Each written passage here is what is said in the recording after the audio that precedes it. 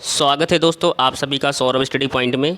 तो आइए दोस्तों, डेली की तरह हम आप लोगों के लिए फिर से कुछ महत्वपूर्ण प्रश्न लेकर के आए हुए हैं जो ईवीएस से रिलेटेड महत्वपूर्ण प्रश्न हैं। और दोस्तों एग्ज़ाम का समय आपके पास बहुत ही कम बचा हुआ है, तो जैसा कि आप लोगों के पास जिस तरह से समय है उसी तरफ से हम कोशिश करेंगे कि आप लोगों को बेहतर से बेहतर कंटेंट दे जो आपको एग्जाम में हेल्प करे। तो आइए देखते हैं, बात कर लेते हैं हम पहले प्रश्न के बारे में कि पहला प्रश्न दिया गया कि अपनी गर्दन को झटके से आगे पीछे कर सकने वाला पक्षी है। तो हमको बताना है कि वो कौन सा पक्षी होता है जो अपनी गर्दन को झटके से आगे और पीछे कर सकता है। तो पहला ऑप्शन हमारा दिया गया कबूतर, दूसरा ऑप्शन है तोता, तीसरा ऑप्शन है उल्लू और चौथा ऑप्शन है मैना। तो अगर हम बात कर लें यहाँ पे हम राइट ऑप्शन के बारे में, तो चौथा ऑप्शन जो होगा हमारा करेक्ट हो जाएगा।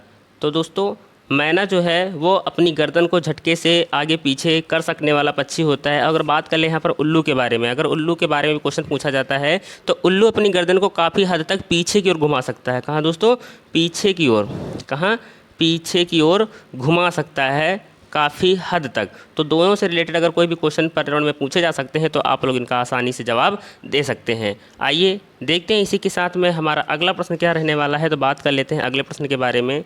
अगला प्रश्न दिया गया यहाँ पर है कि अपनी गर्दन को पीछे तक घुमा सकने वाला पक्षी, जैसा कि अभी हमने आप लोगों से क्वेश्चन को पूछा कि झट से पीछे घुमाने वाला और एक काफ़ी हद तक पीछे घुमा लेने वाला, तो आप लोग इसका आसानी से जवाब दे सकते हैं। आप लोग कमेंट बॉक्स में कमेंट करके बता सकते हैं। तो अगर बात करें यहाँ पे राइट ऑप्शन के बारे में, पहला ऑप्शन कबूतर, तोता, उल्लू और मैना, तो इसका राइट ऑप्शन क्या हो जाएगा दोस्तों? तो थर्ड ऑप्शन हमारा करेक्ट हो जाएगा। उल्लू जो है वो अपनी गर्दन को पीछे ज़्यादा हद तक वो घुमा सकता है। आइए इसी के साथ में हम बढ़ते हैं अगले प्रश्न पर, और अगला प्रश्न देखते हैं हमारा क्या रहने वाला है कि ब्रेन लिपि, बहुत ही इम्पॉर्टेंट दोस्तों ये वर्ड है एग्ज़ाम के लिए भी, और एग्ज़ाम में पूछा भी जा सकता है कि ब्रेन लिपि का उपयोग दृष्टिहीन व्यक्तियों द्वारा किया जाता है। इस प्रकार की लिपि में मोटे कागज़ पर उभरे हुए बिंदु बने होते हैं। जो हमारा कागज़ होता है इस पे उभरे हुए बिंदु बने होते हैं।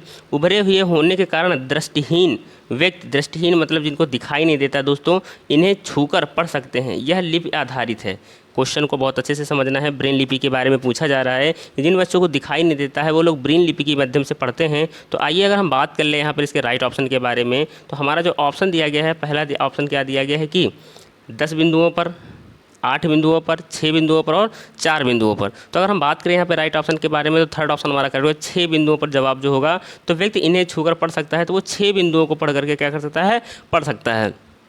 तो जो नेत्रहीन द्वारा पढ़ने के लिए ब्रेन लिपि का जो है सबसे अधिक उपयोग किया जाता है। ब्रेन लिपि ऐसी एक वर्णमाला प्रक्रिया है जो नेत्रहीनों द्वारा पढ़ने व लिखने हेतु उपयोग की जाती है, और प्रत्येक ब्रेल वर्ण मैट्रिक्स रूप में व्यवस्थित 6 बिंदुओं के संयोजन से बना होता है। तो हमारा राइट ऑप्शन क्या हो जाएगा? 6 बिंदुओं पर आसाम जो हमारा राइट होगा हो जाएगा। आइए देखते हैं इसी के साथ में हम बढ़ते हैं अगले प्रश्न पर। अगला प्रश्न के बारे में अगर हम देख लें यहाँ पर कि हमारे देश में ऐसा राज्य है जहाँ के ग्रामीण क्षेत्रों में भारी वर्षा होने के कारण घर धरती से लगभग 3 से 3.5 मीटर या 10 से 12 फुट ऊंचाई पर बने होते हैं। दोस्तों ऐसा भी हमारे देश में एक राज्य है जहाँ पर अधिक वर्षा होने के कारण जो घर होते हैं वो 10 से 12 फुट की ऊंचाई पर बने होते हैं। इन घरों को बांस के खंभों का उपयोग करके बनाया जाता है, और यह घर के भीतर यह घर के भीतर से भी लकड़ी के बने होते हैं। यह राज्य कौन सा है? हमको बताना है कि वो राज्य जो है निम्नलिखित में से कौन सा हो जाएगा।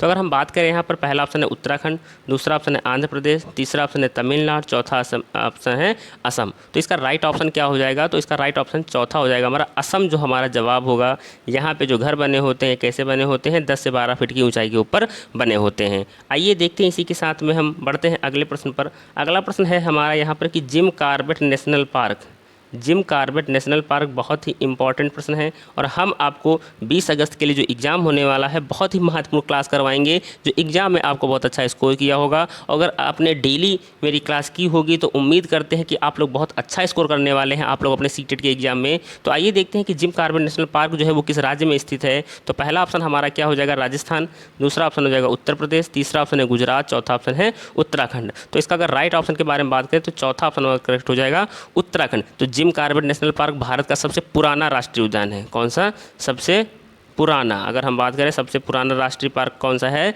तो वो हमारा हो जाएगा जिम कॉर्बेट नेशनल पार्क जो है सबसे पुराना। इसे कब बनाया गया था? 1936 में।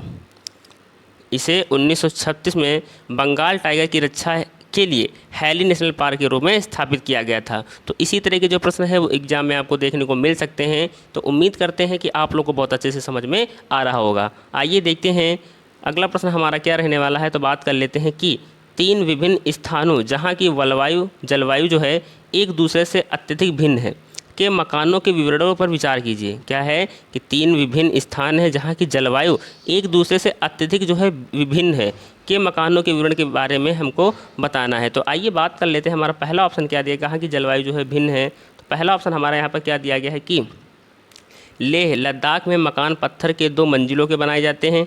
नीचे की मंजिल पर आवश्यकता का सामान और जानवरों को रखा जाता है। फर्श लकड़ी की और छत सपाट होते हैं। दोस्तों इसी तरह से बात करें दूसरे ऑप्शन के बारे में। दूसरा जो ऑप्शन हमारा दिया गया कि मनाली, जिसको हिमाचल प्रदेश में स्थित है, में मकान बांसों के खंभों पर बनाए जाते हैं। मकानों को लकड़ी और पत्थर से बनाया जाता है। अगला ऑप्शन बात करते हैं कौन सा हो जाएगा हमारा कि राजस्थान में गांवों के लोग मिट्टी के बने मकानों जिनकी छत कटीली झाड़ियों के बने होते हैं। तो इनमें मकानों का सही विवरण है। तो अगर हम बात करें यहाँ पर हम सही विवरण के बारे में कि इसका राइट ऑप्शन क्या हो जाएगा दोस्तों, तो अगर बात करें राइट ऑप्शन की तो चौथा ऑप्शन करेक्ट हो जाएगा हमारा ए और सी हमारा ये करेक्ट हो जाएगा। और ए वाला ऑप्शन जो हमारा दिया गया था हमारा ये लेह लद्दाख वाला, ये ऑप्शन जो होगा वो सेम हो जाएगा। दोनों आंसर जो हो जाए कैसे हो जाएगा, एकदम करेक्ट रहने वाले हैं। आइए देखते हैं हम अगले प्रश्न पर चलते हैं। अगला प्रश्न हमारा क्या देखने को मिलता है कि नीचे दिए गए जीवों पर विचार कीजिए। घड़ियाल, कौवा, बतख, मछली, कछुआ उसे चुनिए जो अन्य से भिन्न है। ये एक ही श्रेणी में अगर आते हैं तो और हमको बताना है कि भिन्न कौन सा है। तो आइए बात करें राइट ऑप्शन के बारे में। तो कौवा जो हो जाएगा वो हमारा क्या हो जाएगा, भिन्न हो जाएगा। तो मछली, कछुआ व मगरमच्छ जलीय जंतुओं का उदाहरण है, जबकि कौवा एक पक्षी है। क्या हो जाएगा, कौवा एक हमारा ये पक्षी के अंतर्गत आ जाएगा। तो इस तरह से ये भिन्न हो जाएगा। आइए इसी के साथ में हम देख लेते हैं अगले प्रश्न पर। हाथियों के बारे में नीचे दिए गए कथनों पर विचार कीजिए। हमने जितनी क्लासें भी कराई हैं दोस्तों, जितनी भी मैंने आज तक की क्लासें कराई हैं उसमें आप लोगों ने हाथियों के बारे में और मधुमक्खी के बारे में ज़रूर क्वेश्चन देखने को मिला होगा। तो हाथियों के बारे में यहाँ पे हमको बताना है कि कौन सा ऑप्शन राइट हो जाएगा। तो आइए देखते हैं कि एक झुंड में 20 से 25 हथिनियाँ और बच्चे होते हैं। दूसरा ऑप्शन हमारा क्या है कि हाथी 4-5 वर्ष की आयु तक ही इस झुंड में रहते हैं। तीसरा ऑप्शन है एक बड़ा हाथी एक दिन में 100 किलोग्राम से अधिक पत्ते और झाड़ियाँ खा लेता है। चौथा ऑप्शन हमारा दिया गया है, क्या दिया गया है कि किसी हथनियों के झुंड में सबसे बुजुर्ग हथनी ही सभी फैसले लेती है। तो अगर हम बात करें यहाँ पे राइट ऑप्शन के बारे में तो सी और डी हमारा जो राइट ऑप्शन हो जाएगा कि एक बड़ा हाथी एक दिन में 100 किलोग्राम से अधिक पत्ते और झाड़ियाँ खा लेता है। और डी ऑप्शन हमारा ये भी किसी हथनिये के झुंड में सबसे बुजुर्ग हथनी ही सब जो है वो फैसला लेती है। तो इस तरह से जो हमारा सी और डी आंसर हो जाएगा क्या हो जाएगा, करेक्ट रहने वाला है। तो आइए इसी के साथ में हम बढ़ चलते हैं अगले प्रश्न पर कि अगला प्रश्न हमारे यहाँ पर क्या दिया गया है। तो बात कर लेते हैं कि बिहार के लोगों के लिए मधुमक्खी पालन आरंभ करने का सर्वश्रेष्ठ अवधि है। हमको वो समय बताना है जो बिहार के लोग जो है मधुमक्खी का पालन करते हैं तो वो सबसे अच्छा समय कौन सा माना जाता है। तो पहला ऑप्शन है जनवरी से मार्च, दूसरा ऑप्शन है अप्रैल से जून, तीसरा ऑप्शन है जुलाई से सितंबर, चौथा ऑप्शन है अक्टूबर से दिसंबर। तो अगर हम बात करें यहाँ पर राइट ऑप्शन के बारे में तो हमारा चौथा ऑप्शन जो होगा वो करेक्ट हो जाएगा। अक्टूबर से दिसंबर जो हमारा जवाब होगा वो करेक्ट रहने वाला है। आइए बढ़ चलते हैं अगले प्रश्न पर कि अगला प्रश्न हमारा कौन सा रहने वाला है। तो देखते हैं अगले प्रश्न के बारे में बात कर लेते हैं। यहाँ पे कुछ क्वेश्चन से रिलेटेड है हमारा प्रश्न कि किसी पर्यटक ने उडुपी से सूरत जाने के लिए 16/10/2021 को ट्रेन के डिब्बे में प्रवेश किया। यह ट्रेन उडुपी से 20:20 बजे चली और अगले दिन अर्थात 17/10/2021 को 16:20 बजे सूरत पहुँची। इस डेट को चलती है, इस डेट को पहुंच जाती है। और जब 16/10/2021 तारीख को जब ट्रेन चलती है तो 20:20 पे चलती है। और जब ये दोस्तों 17/10/2021 को पहुंचती है तो 16:20 पर पहुंचती है। अब हमको 20 से ये जो समय दिया गया है इसके बीच में हमको बताना है कि ट्रेन जो है वो कितने समय तक चली है। तो अगर हम टोटल समय के बारे में बात करें कि कितने समय चली है तो दोस्तों टोटल जो समय होगा वो 20 घंटे चली। कितनी चलती है, 20 घंटे। जो हमारी ट्रेन है वो 20 घंटे चली है। और दूरी हमको अगर बात करें जो हमको इसमें क्वेश्चन में क्या दिया गया है और आगे क्वेश्चन में थोड़ा दिया गया है कि यदि इन दोनों शहरों के रेलवे स्टेशनों के बीच की दूरी 1440 किलोमीटर है तो उस पर्यटक की यात्रा के बीच ट्रेन की औसत चाल बतानी है। क्वेश्चन बहुत ही ईजी है, बस आपको क्या करना है, इसमें क्या चीज़ समझना है, इसमें आप लोगों को ये समझना है कि जो 16/10/2021 को जब ट्रेन चली थी तो इतने बजे चली थी, जब पहुंचती है तो इतने बजे पहुंचती है, तो इन दोनों के बीच में जो समय लगा है और इन दोनों के बीच में जो समय लगा है वो टोटल कितना समय लगा है। तो जो टोटल समय लगा है, अगर हम बात करें यहाँ पर टाइम के बारे में, तो 20 घंटे लगा है। कितना लगा है? 20 घंटे लगा है। और अभी हमने आपको उसमें डिस्टेंस बताई, दूरी बताई, तो वो कितना दिया गया है? 1440 किलोमीटर। कितनी दी गई है? 1440 किलोमीटर। अब हमसे पूछ क्या रहा है? एवरेज पूछ रहा है दोस्तों। क्या पूछ रहा है? एवरेज, औसत चाल पूछ रहा है। तो जब हम एवरेज निकालेंगे यहाँ पे, तो हमारा क्या हो जाएगा कि एवरेज बराबर होता है कि कुल दूरी बटे कुल समय। तो कुल दूरी है कितनी? 1440, और कुल समय कितना लिया गया है? 20। तो 0 से 0 कट जाएगा, 2 सत्ती 14, 2 दूनी 4। तो हमारे पास जो आंसर निकल के आ जाएगा 72 मीटर प्रति सेकेंड। क्या हो जाएगा? 72 मीटर प्रति सेकेंड हमारा जो जवाब होगा वो निकल के आ जाएगा। तो इस तरह से हमारा ऑप्शन इसमें से कौन सा राइट हो जाएगा, तो आइए देखते हैं। तो इसका जो आंसर हमारा राइट हो जाएगा, पहला ऑप्शन हमारा करेक्ट हो जाएगा। बहुत ही ईजी है, एग्जाम में अगर पूछा जाता है तो आप लोग उम्मीद करते हैं कि बहुत अच्छे से आसानी से इसको कर सकेंगे। आइए देखते हैं, इसी के साथ में हम अगले प्रश्न पर चल देते हैं कि अगला प्रश्न हमारा है रहने वाला कि यदि आप भारत के मानचित्र पर कोलकाता से चंडीगढ़ तक का कोई सरल रेखा खींचें तो कोलकाता के सापेक्ष चंडीगढ़ की दिशा होगी। क्या कह रहा है? यदि आप भारत के मानचित्र पर, हमारा एक मानचित्र है जिसमें आप कोलकाता से चंडीगढ़ तक की कोई सरल रेखा खींचते हैं तो कोलकाता के सापेक्ष चंडीगढ़ की दिशा होगी। तो हमको बताना है कि कौन सी दिशा होगी। तो आइए बात कर लेते हैं ऑप्शन के बारे में। तो यहाँ पर पहला ऑप्शन दिया गया हमारा ठीक पूर्व, दूसरा ऑप्शन दिया गया ठीक पश्चिम, तीसरा ऑप्शन दिया गया उत्तर पूर्व, और चौथा ऑप्शन दिया गया है उत्तर पश्चिम। तो अगर हम बात कर लें यहाँ पे राइट ऑप्शन के बारे में, तो आप लोग देख पा रहे होंगे कि भारत के मानचित्र पर यदि कोलकाता पश्चिम बंगाल की राजधानी से चंडीगढ़ तक की एक सीधी रेखा खींची जाए तो कोलकाता के संदर्भ में जो चंडीगढ़ की जो दिशा होगी वो कैसी होगी? पश्चिम होगी। किस तरह की होगी? पश्चिम होगी। तो इस तरह से जो हमारा राइट ऑप्शन हो जाएगा, कौन सा हो जाएगा? चौथा ऑप्शन जो होगा हमारा करेक्ट रहने वाला है। आइए बात कर लेते हैं अगले प्रश्न पर, इसी के साथ में चलते हैं। अगला प्रश्न हमारा क्या दिया गया है कि निम्नलिखित में से प्याज की खेती के लिए विभिन्न चरणों का सही क्रम बताइए। हमको बताना है कि जो प्याज की खेती के लिए जो सही चरण है वो कौन सा होगा। तो पहला है बीज बोना, दूसरा है खरपतवार निकालना, तीसरा है प्याज के ऊपर की सूखी पत्तियों को काटकर अलग करना, तीसरा ऑप्शन हमारा, चौथा ऑप्शन हमारा क्या हो जाएगा कि गुड़ाई करना, और पांचवा ऑप्शन हमारा क्या हो जाएगा दोस्तों कि प्याज को उखाड़कर निकालना। तो अगर हम बात कर लेते हैं यहाँ पे राइट ऑप्शन के बारे में, तो हमारा चौथा जो ऑप्शन होगा वो करेक्ट हो जाएगा। तो चौथे ऑप्शन में क्या हो जाएगा कि प्याज को सबसे पहले दोस्तों क्या करना है? DABEC। तो यहाँ पे ऑप्शन जो हमारा होगा क्या हो जाएगा? चौथा ऑप्शन हमारा करेक्ट हो जाएगा। तो आप लोग उनको मैच कर सकते हैं कि कौन सा जो हमारा क्रम होगा वो सही रहेगा। तो दोस्तों आइए इसी के साथ में हम बढ़ चलते हैं अगले प्रश्न पर। अगला प्रश्न हमारा यहाँ पर दिया गया है कि कौन सा विशेष अभिलक्षण रेगिस्तानी ओक शाहबलूत वृक्ष से नहीं पाया जाता है। तो कौन सा जो अभिलक्षण है रेगिस्तानी जो ओक या शाहबलूत वृक्ष में नहीं पाया जाता है। तो पहला ऑप्शन है जड़ों का अत्यधिक गहराई तक जाना, दूसरा ऑप्शन है हमारा यहाँ पर कि पेड़ के तने में पानी एकत्रित होना, तीसरा ऑप्शन है पत्तियां बहुत कम होना, चौथा ऑप्शन है बड़ी और बहुत सारी पत्तियां होना। तो अगर हम बात करें यहाँ पे राइट ऑप्शन के बारे में, तो चौथा ऑप्शन हमारा करेक्ट रहने वाला है। तो बड़ी और बहुत सारी पत्तियां होना जो हमारा ऑप्शन होगा वो इसमें राइट हो जाएगा। डेजर्ट ओक जो है एक पेड़ है जो ऑस्ट्रेलिया में पाया जाता है। कहाँ पे पाया जाता है?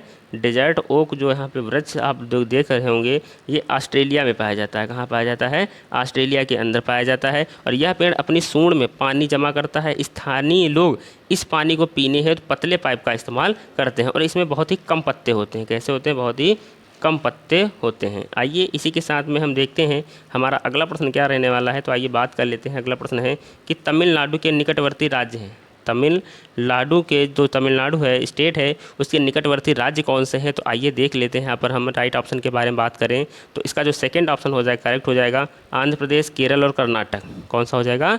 आंध्र प्रदेश, केरल और कर्नाटक जो हमारा जवाब होगा वो इस तरह से करेक्ट हो जाएगा। आइए इसी के साथ में हम बढ़ते हैं अगले प्रश्न पर।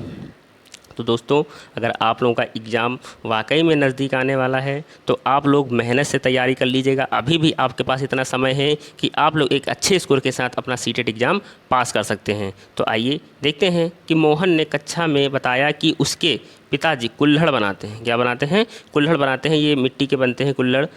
चीज़ें हम जो बनाते हैं और करते हैं थीम के अंतर्गत आप विद्यार्थियों को चाय बनाने के लिए कुल्हड़ बनाना सिखाना चाहते हैं। यदि आप निम्नलिखित में से कौन सा संसाधन का उपयोग करेंगे। तो आप निम्नलिखित में से कौन से संसाधन का उपयोग करेंगे, तो आइए बात कर लें यहाँ पे हम राइट ऑप्शन के बारे में।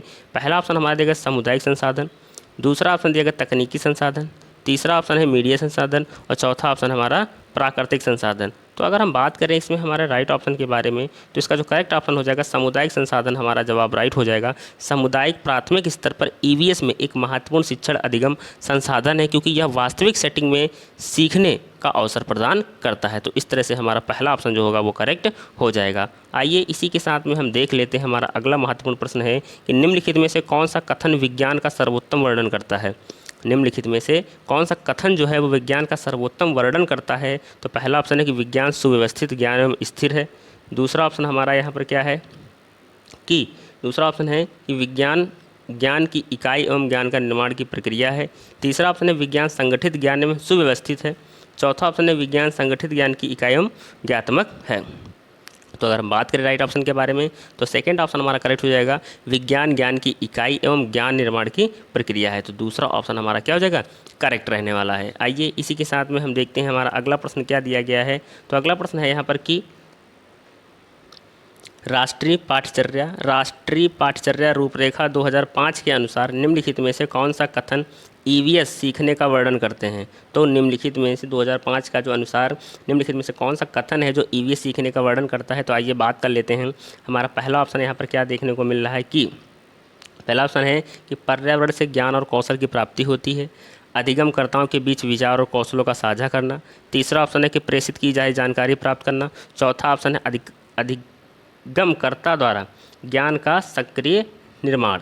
तो अगर हम बात करें यहाँ पे राइट ऑप्शन के बारे में, तो इसका करेक्ट ऑप्शन हमारा क्या हो जाएगा, तो चौथा ऑप्शन जो होगा हमारा करेक्ट हो जाएगा, DAB जो जवाब होगा हमारा राइट हो जाएगा। तो DAB जो हमारा जवाब हो जाएगा क्या हो जाएगा, करेक्ट हो जाएगा। D, A और B ये हमारा जो ऑप्शन होगा वो गलत हो जाएगा। तो इस तरह से तीन ऑप्शन हमारे जो होंगे वो करेक्ट रहने वाले हैं। आइए बढ़ चलते हैं अगले प्रश्न पर कि अगला प्रश्न हमारा क्या रहने वाला है। तो देखते हैं कि अगला प्रश्न है यहाँ पर निम्नलिखित में से कौन सा कथन प्राथमिक स्तर पर पर्यावरण अध्ययन की सर्वोत्तम व्याख्या करते हैं। प्राथमिक स्तर पर पर्यावरण अध्ययन की सर्वोत्तम व्याख्या करते हैं। तो पहला ऑप्शन है पर्यावरण पढ़ाया जाने वाला एक विषय। दूसरा ऑप्शन है कि कक्षा 1 से 5 में अध्ययन किया जाने वाला एक विषय। दूसरा ऑप्शन है कि बालक के परिवेश से संबंधित एक विषय। और अगला ऑप्शन हमारा क्या है यहाँ पर कि विभिन्न थीम से संबंधित एक विषय। तो अगर हम बात कर लें यहाँ पे राइट ऑप्शन के बारे में, तो इसका राइट ऑप्शन हो जाएगा हमारा थर्ड ऑप्शन कि बालक के दोस्तों परिवेश से संबंधित एक विषय जो हमारा जवाब होगा वो करेक्ट हो जाएगा। तो इसी तरह के जो प्रश्न हैं आपको एग्जाम में देखने को मिलेंगे। तो अगर आपको 20 अगस्त का दोस्तों वाकई में एग्ज़ाम आप अच्छे से देना चाहते हैं, तो उम्मीद करते हैं कि आप लोग वीडियो पे अंत तक बने रहें और महत्वपूर्ण प्रश्नों का दोस्तों लाभ उठाएं। आइए देखते हैं अगला प्रश्न हमारा क्या है कि पर्यावरण अध्ययन की कक्षा में रीता अपनी शिक्षिका से पूछती है, रीता जो है वो अपनी शिक्षिका से पूछती है कि उससे मेहमानों के लिए चाय बनाने की अपेक्षा क्यों की जाती है, जबकि उसके भाई से ऐसा करने की अपेक्षा नहीं की जाती है। यह पर्यावरण अध्ययन से संबंधित मुद्दा है। क्या है, क्या यह पर्यावरण अध्ययन से संबंधित मुद्दा है। तो आइए बात कर लेते हैं इसके राइट ऑप्शन के बारे में। तो यहाँ है कि नहीं, क्योंकि यह विद्यार्थी की सृजनात्मक को पोषित करता है। दूसरा ऑप्शन है नहीं, क्योंकि यह विद्यार्थी के रोज़मर्रा के जीवन से संबंधित क्रियाकलाप है। तीसरा ऑप्शन है हमारे यहाँ पर हाँ, क्योंकि यह समानता और गैर भेदभाव से संबंधित है। अगला ऑप्शन है कि हाँ, क्योंकि विद्यार्थी अपने दैनिक जीवन से संबंधित अनुभव साझा कर रही है। तो अगर हम बात कर लें यहाँ पर राइट ऑप्शन के बारे में, तो हमारा थर्ड ऑप्शन जो होगा वो हमारा करेक्ट हो जाएगा हाँ, क्योंकि यह समानता और गैर भेदभाव से संबंधित है। तो इस तरह से जो हमारा थर्ड ऑप्शन हो जाएगा वो करेक्ट हो जाएगा। तो आइए इसी के साथ में हम बढ़ते हैं अगले प्रश्न पर कि अगला प्रश्न हमारा क्या रहने वाला है।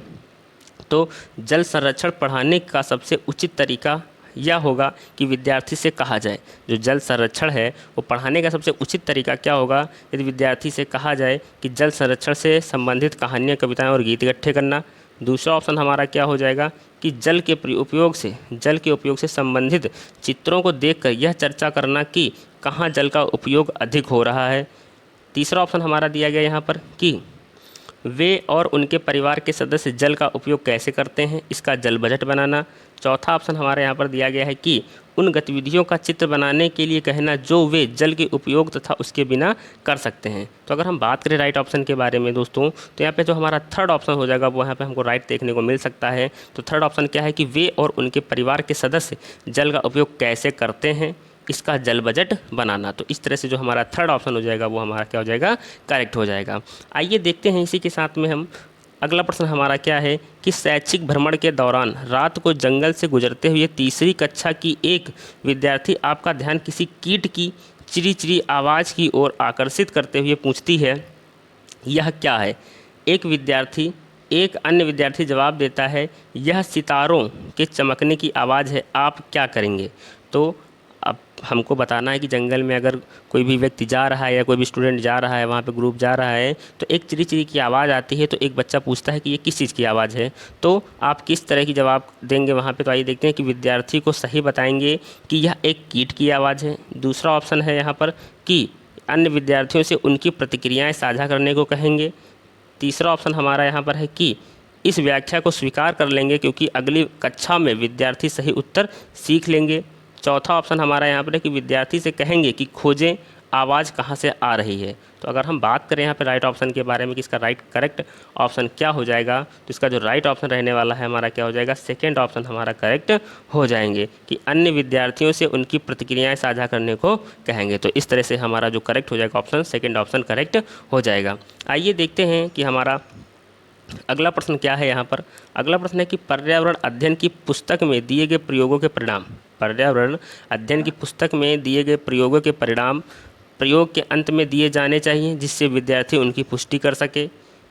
दूसरा ऑप्शन हमारा है कि नहीं दिए जाने चाहिए क्योंकि विद्यार्थी को स्वयं अवलोकन करके निष्कर्ष तक पहुंचना चाहिए। तो इस तरह से हमारा जो इसका सेकंड ऑप्शन हो जाएगा वो करेक्ट हो जाएगा। तो सेकंड ऑप्शन जो हमारा हो जाएगा वो राइट रहने वाला है। आइए बढ़ते हैं अगले प्रश्न पर कि अगला प्रश्न हमारा क्या रहने वाला है। तो देख लेते हैं अगला प्रश्न है यहाँ पर कि आपके विद्यालय का बागवान विद्यालय के बगीचे से सूखी पत्तियाँ इकट्ठा करता है और जलाता है। आपके विद्यालय का बागवान विद्यालय के बगीचे से सूखी पत्तियों को क्या करता है, इकट्ठा करता है और फिर उनको जलाता है। आपका एक विद्यार्थी इसकी शिकायत आपसे करता है, आप क्या करेंगे। तो आइए बात कर लेते हैं। हमारा पहला ऑप्शन जो दिया गया यहाँ पर है क्या है कि विद्यार्थी को समझाएंगे कि बागवान बगीचे के कचरे को कम कर रहा है। दूसरा ऑप्शन है यहाँ पर कि विद्यार्थियों से सूखी पत्तियाँ इकट्ठी करने में बागवान की मदद करने को कहेंगे तथा खाद बनाने में सहायता करेंगे। तीसरा ऑप्शन है हमारा यहाँ पर कि बागवान से बात करेंगे और ऐसा निर्देश देंगे कि वो ऐसा ना करे क्योंकि यह पर्यावरण के लिए हानिकारक है। चौथा ऑप्शन हमारा यहाँ पर है कि प्रधानाध्यापक से कहेंगे कि वो इस समस्या को सुलझाएं क्योंकि इससे विद्यालय का वातावरण प्रदूषित होता है। तो अगर हम बात करें यहाँ पे राइट ऑप्शन के बारे में कि इसका करेक्ट ऑप्शन क्या हो जाएगा, तो इसका जो सेकंड ऑप्शन हो जाएगा वो हमारा राइट हो जाएगा कि विद्यार्थियों से सूखी पत्ती इकट्ठी करने में बागवान की मदद करने को कहेंगे तथा खाद बनाने में सहायता करेंगे। तो सेकेंड ऑप्शन जो होगा हमारा राइट रहने वाला है। आइए देखते हैं दोस्तों कि अगला प्रश्न हमारा क्या यहाँ पर दिया गया है। अगला प्रश्न है कि निम्नलिखित में से कौन सा कोऑपरेटिव लर्निंग के आवश्यक तत्व है। तो सहयोगात्मक अधिगम के आवश्यक तत्व हैं। तो आइए बात करें यहाँ पर हम। पहला ऑप्शन है कि विद्यार्थी समूहों में कार्य करते हैं। दूसरा ऑप्शन हमारा है कि विद्यार्थी समूहों में साझा करते हैं। तीसरा ऑप्शन है कि विद्यार्थी अपने अपने समूहों में सकारात्मक के साथ प्रतियोगिता करते हैं। चौथा ऑप्शन है कि विद्यार्थियों एक दूसरे की सहायता करते हैं। तो विद्यार्थी एक दूसरे की सहायता करते हैं। तो अगर हम बात करें यहाँ पे राइट ऑप्शन के बारे में, तो हमारा जो थर्ड ऑप्शन हो जाएगा वो हमारा करेक्ट होने वाला है। सी और डी जो जवाब होगा हमारा राइट हो जाएगा। तो सी और डी में हमारा क्या है कि विद्यार्थी अपने अपने समूह में सकारात्मक के साथ प्रतियोगिता करते हैं और विद्यार्थी एक दूसरे की सहायता करते हैं। तो इस तरह से सी और डी हमारा राइट हो जाएगा। अगर बात करें सहयोगात्मक अधिगम के बारे में, तो सहयोगात्मक अधिगम वह एक सफल शिक्षण रणनीति है जिसमें छोटी टीमें प्रत्येक में क्षमता के विभिन्न स्तरों के छात्रों के साथ किसी विषय को अपनी समझ को बेहतर बनाने के लिए विभिन्न प्रकार के शिक्षण गतिविधियों का प्रयोग करते हैं। तो दोस्तों सहयोगात्मक का मतलब क्या होता है, सहयोग करना। जब हम किसी चीज़ को सहयोग के साथ में या किसी के लोगों से मिलकर के सहयोग करेंगे तभी तो टीम बना के कोई काम कर सकते हैं। तो हमारा सहयोगात्मक अधिगम आप लोग बेटर है कि समझ गए होंगे। तो आइए देखते हैं कि हमारा अगला प्रश्न क्या रहने वाला है। तो बात कर लेते हैं अगले प्रश्न के बारे में, चलते हैं। अगला प्रश्न यहाँ पर दिया गया है कि कक्षा में अध्यापिका सभी विद्यार्थियों से पूछती है कि कपड़े कैसे धोए जाते हैं।